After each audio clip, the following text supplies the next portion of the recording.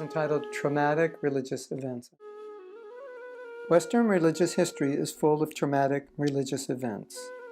When one has post-traumatic stress disorder, anything that reminds someone of the traumatic event causes them to act inordinately and to remove themselves from what caused them to act this way.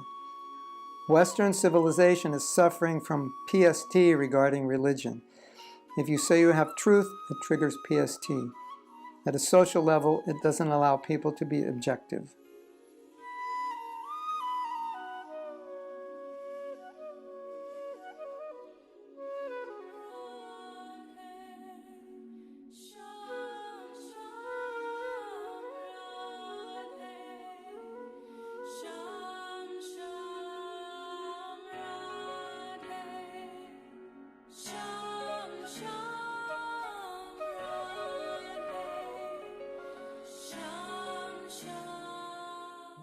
This is a reality. We know religions have caused so much harm and are still causing harm.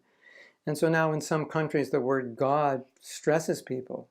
Some people have told me they're recovering from baptism because they were told, it was jammed down their throat, that they're going to hell. Someone told me that they have a church, and one side of the church says those who are saved, the other side of the church says those who are not saved. So you could imagine if you're being programmed to think that if you do this or that, you're going to go to hell forever.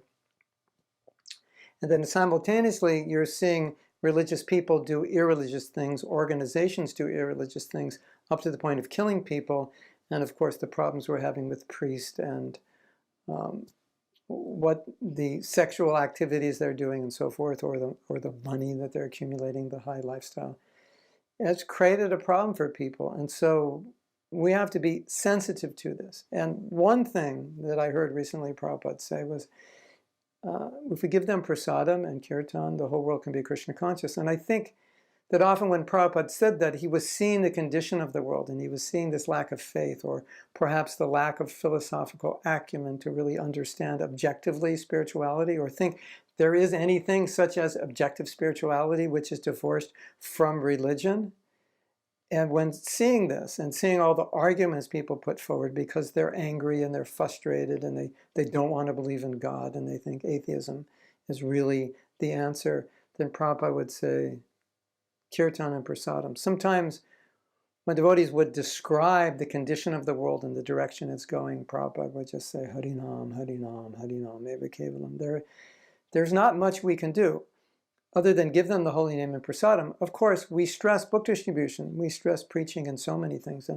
And obviously some people are intelligent enough to take it, to understand it and run with it. There's a lot of people who aren't, who've become so jaded and so hurt and so burnt by what's going on today in the world that they have religious post-traumatic stress disorder. It's just, they don't want to get around it. And so we have to be sensitive to that. And in our preaching, we don't want to come across as sectarian. And Prabhupada never was sectarian. And I know some devotees do come across as sectarian. But if you study Prabhupada very carefully, you see that he was not trying to convert. He just really wanted people to understand spirituality as a science, not as a religious tradition. And what is the science? Your soul, the soul is pure, and there's a way to purify it. So I thought I would just include these ideas so we can be a little sensitive to people. You find this as you go west from India, you find this problem increasing. You get to America, it's a big problem. You talk about God, you have to be very careful. You have to kind of give a disclaimer. It's not the God that you may be thinking, the God that people worship, who then are living paradoxes or who commit abominable actions in the name of God. It's not that God. God's a very loving, generous, kind God. We know that.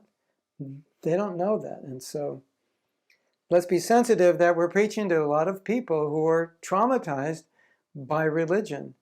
And we don't want to continue to traumatize them. We have to be very careful not to be fanatic, but to be logical, scientific, reasonable, and also exemplify the qualities of spiritual people, which is kindness, acceptance, loving, love, integrity, and so forth. Hare Krishna. If you like this video, you can subscribe below.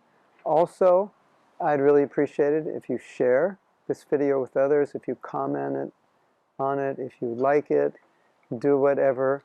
You have to click to share it, because I think a lot of devotees would appreciate getting these videos.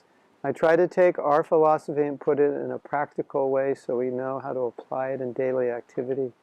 And this is one of the services I do.